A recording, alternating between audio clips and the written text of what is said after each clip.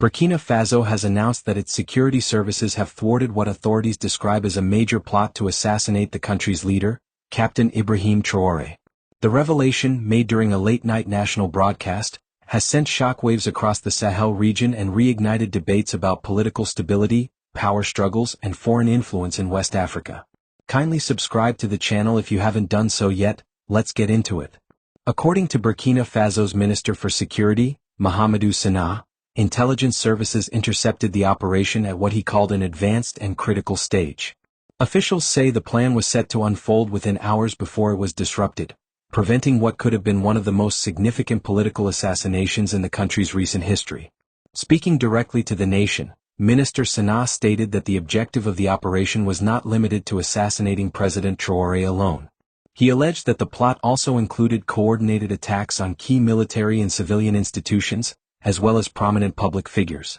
The intention, according to authorities, was to plunge the country into chaos and destabilize the existing power structure. At the center of the government's allegations is Lieutenant Colonel Paul-Henri Sandaogo Damiba, Burkina Faso's former head of state. Damiba came to power through a military coup in early 2022 but was himself overthrown later that year by Captain Ibrahim Traoré. Since his removal from office in September 2022, Damiba has been living in exile. Burkina Faso's authorities claim that Damiba played a central role in organizing and coordinating the alleged assassination plot. Security officials accuse him of mobilizing former allies, maintaining underground networks, and overseeing the planning of the operation from outside the country. These accusations, however, have not yet been independently verified, and Damiba has not publicly responded to the claims.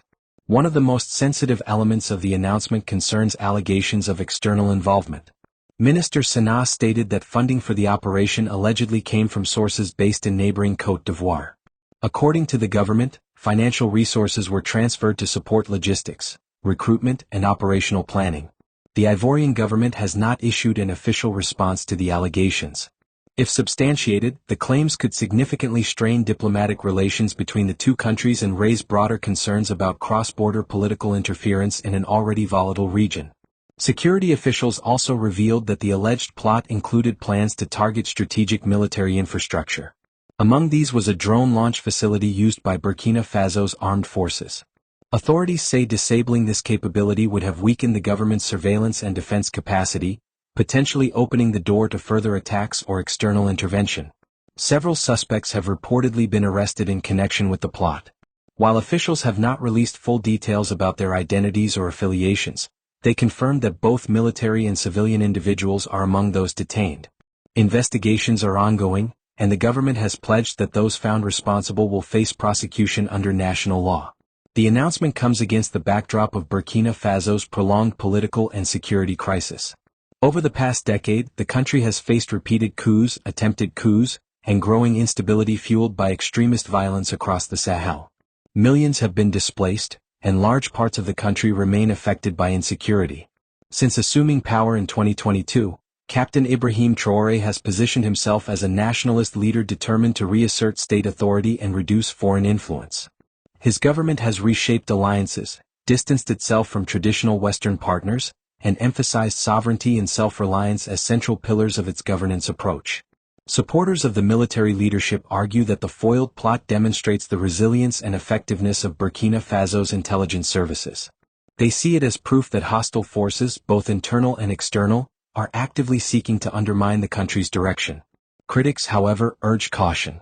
They point out that allegations of assassination plots and external interference have, in some countries, been used to justify political crackdowns or suppress dissent.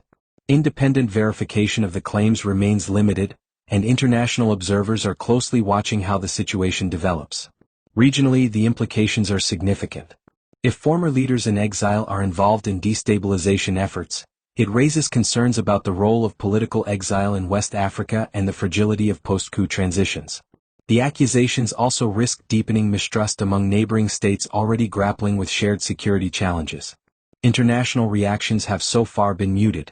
Regional bodies such as ECOWAS and the African Union have not issued formal statements, but diplomatic engagement is expected as more information emerges. The situation may also influence how external partners assess stability and risk in the Sahel. For now, Burkina Faso's government is urging calm. Authorities say the country remains under control and that security services are on high alert. The foiled plot, officials insist, will not derail efforts to stabilize the nation or confront the broader security threats it faces. Whether the allegations are fully substantiated or contested in the coming weeks, the episode highlights the intense political tension shaping Burkina Faso's present moment. It underscores the fragile nature of power in a country navigating transition, conflict, and competing visions for its future. As investigations continue, one thing is clear: Burkina Faso remains at a crossroads, and the struggle over its leadership and direction is far from over.